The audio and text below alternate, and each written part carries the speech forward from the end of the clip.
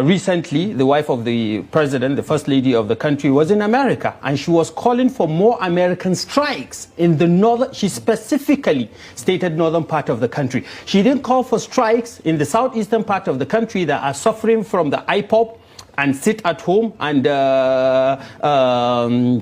issues of separation.